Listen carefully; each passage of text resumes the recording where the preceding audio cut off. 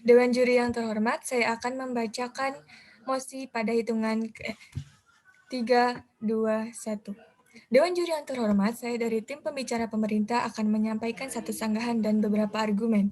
Yang pertama, saya akan menyampaikan sanggahan untuk tim oposisi, yaitu sesuai dengan yang tadi dibicarakan oleh tim oposisi menyampaikan bahwa Indonesia kekurangan jurusan yang mampu memajukan segmen kerja. Sanggahan yang saya sampaikan adalah, dalam memajukan segmen kerja, jurusan bukanlah satu-satunya indikator utama yang dapat mendukung prospek tersebut. Namun, dalam mosi ini terdapat jurusan-jurusan yang memang dipercaya memiliki prospek yang baik dan tinggi untuk dalam dunia pekerjaan. Banyak dari mereka yang dari jurusan populer lebih banyak masuk ke dunia kerja yang mempunyai segmen yang baik dan lebih tertata. Namun, tidak menutup kemungkinan mahasiswa dari jurusan lain juga mampu untuk masuk ke dalam pekerjaan-pekerjaan yang setara dengan mahasiswa-mahasiswa yang mengambil jurusan khusus tersebut.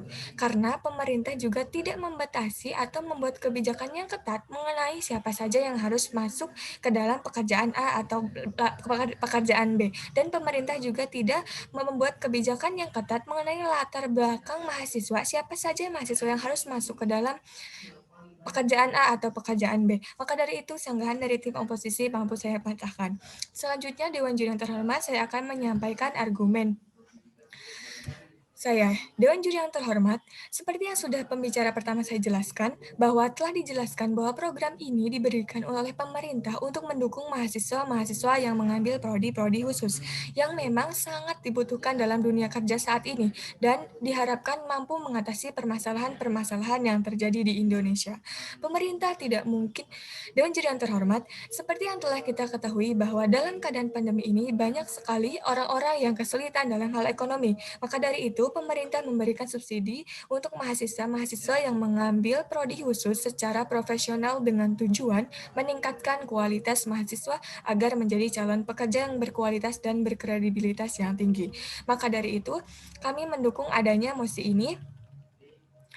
Kami mendukung adanya program subsidi ini karena dengan adanya program subsidi ini sangat membantu masalah-masalah yang dialami mahasiswa. Maka dari itu, saya akan menyampaikan beberapa poin mengenai kenapa pemerintah harus menerapkan program ini dari segi pandangan stereotip sosial yang kerap terjadi di masyarakat. Yang pertama, pemerintah menerapkan kebijakan ini yaitu untuk mengurangi biaya tanggungan mahasiswa. Di masa pandemi ini, memang masalah ekonomi sangat tidak stabil. Maka dari itu, ketika pemerintah memberi bantuan untuk mahasiswa yang untuk mahasiswa sangat bermanfaat untuk membeli peralatan mahasiswa yang mereka butuhkan. Karena biasanya prodi-prodi khusus ini lebih membutuhkan banyak biaya untuk membeli alat-alat dan bahan-bahan untuk melakukan praktik dan untuk mendukung jalannya program kuliah tersebut. Contohnya dalam program studi kedokteran, banyak sekali peralatan-peralatan dan kebutuhan praktik yang para mahasiswa butuhkan, seperti alat praktik kesehatan dan buku misalnya. Alat-alat tersebut dibeli dengan harga yang mahal tentunya.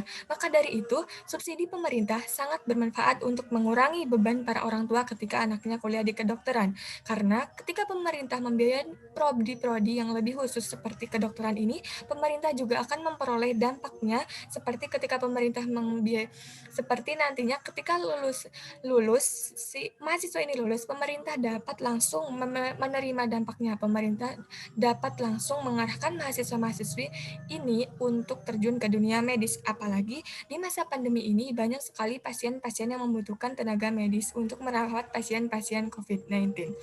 Lalu yang kedua, menumbuhkan semangat calon mahasiswa yang kurang mampu. Seperti yang kita ketahui, tidak semua mahasiswa mampu berkuliah. Maka dari itu, ketika program ini dibuka, mampu menarik minat para calon mahasiswa yang tidak mampu namun memiliki potensi untuk berkuliah dengan mengambil prodi-prodi khusus yang mendapat subsidi dari pemerintah. Kemungkinan yang jangka panjangnya adalah ketika calon mahasiswa ini berkuliah, pemerintah mempunyai investasi bibit-bibit unggul yang nantinya ketika mereka lulus kuliah dapat membawa pengaruh yang besar untuk kemajuan negeri ini.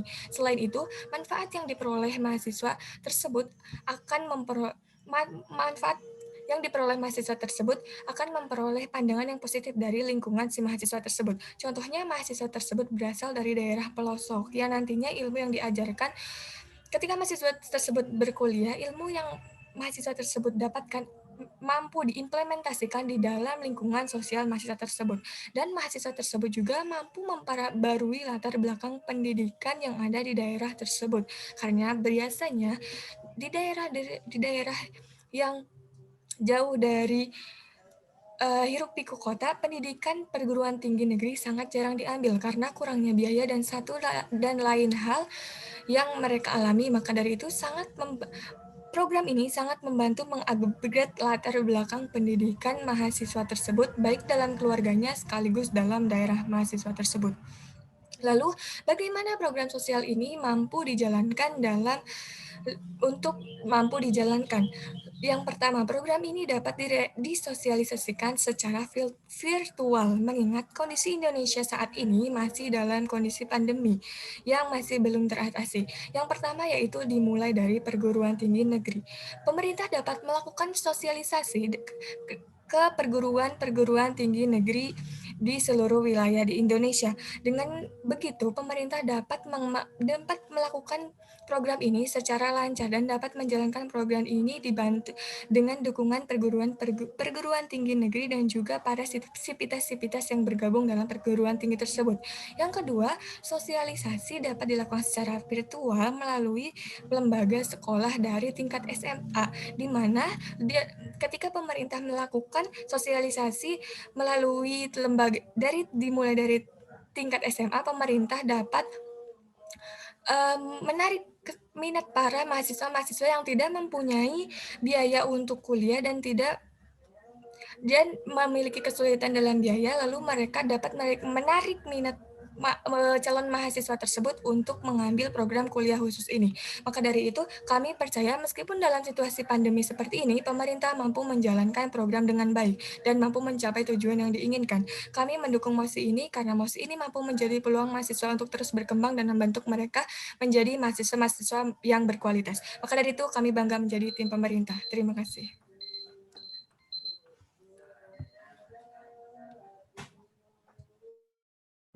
Selanjutnya, perdebatan akan dilanjutkan oleh saya, dan perdebatan akan dimulai dalam 3, 2, 1. Dewan Juri yang terhormat, dalam pembahasan mosi kita kali ini, kami menekankan bahwa pemerintah tentunya berupaya untuk melakukan pemberian subsidi pada prodi-prodi di universitas secara merata. Namun, seperti apa yang telah dipaparkan oleh pembicara pertama pemerintah sebelumnya, bahwasanya tentunya ada konsekuensi-konsekuensi dikarenakan pemerintah tidak dapat sepenuhnya mencakup prodi-prodi yang ada di dalam universitas tersebut. Maka daripada itu, kami mengutamakan bagi para prodi-prodi yang memang memiliki tingkat keterserapan ketenagakerjaan yang tinggi di masyarakat. Sebelum masuk kepada poin argumentasi, saya akan memberikan beberapa sanggahan kepada tim oposisi. Yang pertama, terkait pada poin yang disampaikan oleh tim oposisi mengenai apresiasi dapat berupa bidang lain dan tidak mesti berupa pada bidang ekonomi. Pemberian apresiasi ini melalui bantuan-bantuan material merupakan apresiasi secara nyata yang dapat langsung dipergunakan dan langsung dirasakan oleh prodi tersebut untuk membangun dan mengembangkan segala substansi-substansi yang sekiranya dapat mendukung kinerja daripada prodi itu sendiri, seperti pengembangan pembangunan laboratorium dengan sistematika canggih bagi mereka yang berada di prodi kesehatan, supaya mendukung jalannya sistematika pendidikan pada prodi tersebut. Sanggahan yang kedua adalah jurusan tidak populer tidak akan bertahan, diakibatkan kekhawatiran akan subsidi yang kurang, hingga pencabutan subsidi yang dilakukan oleh pemerintah. Seperti yang sebelumnya sudah saya paparkan, dan yang sudah dipaparkan oleh pembicara pertama, bahwasanya pemberian subsidi nantinya selain memerhatikan pada sisi prodi itu sendiri, juga memerhatikan kepada segmen-segmen yang mana memang subsidi tersebut itu memadai, seperti jurusan kedokteran dan jurusan teknik. Tentunya memiliki pengeluaran yang lebih besar pada bidang infrastruktur, praktikum, dan substansi lainnya dibandingkan jurusan-jurusan sastra yang ada. Maka daripada itu dirasa tepat jika segmen prodi tersebut berhak mendapatkan subsidi lebih daripada pemerintah, daripada jurusan-jurusan yang sekiranya tidak betul-betul memerlukan subsidi itu sendiri. Masuk kepada poin selanjutnya, saya akan menjelaskan tentang sistematika rancangan penjalanan yang kami harapkan ini dapat melancarkan program subsidi ini. Pertama adalah program subsidi kami yang berlangsung ini tentunya akan melewati sejumlah tahap proses seleksi prodi pada universitas negeri. Jadi tidak sembarang menyelenggarakan subsidi saja. Hal itu termasuk melakukan observasi pada prospek jurusan dengan mencocokkan pekerjaan di masa kini dan masa mendatang kepada jurusan-jurusan tersebut, yang mana relevansinya masih tinggi pada segmen lapangan pekerjaan atau tidak. Selain itu juga kami menyeleksi daripada universitas tersebut apakah prodi tersebut mencetak angka yang dianggap kualifikasi pada perbandingan jumlah kelulusan daripada prodi itu dengan beberapa lulusan yang mendapatkan pekerjaan daripada prodi itu sendiri.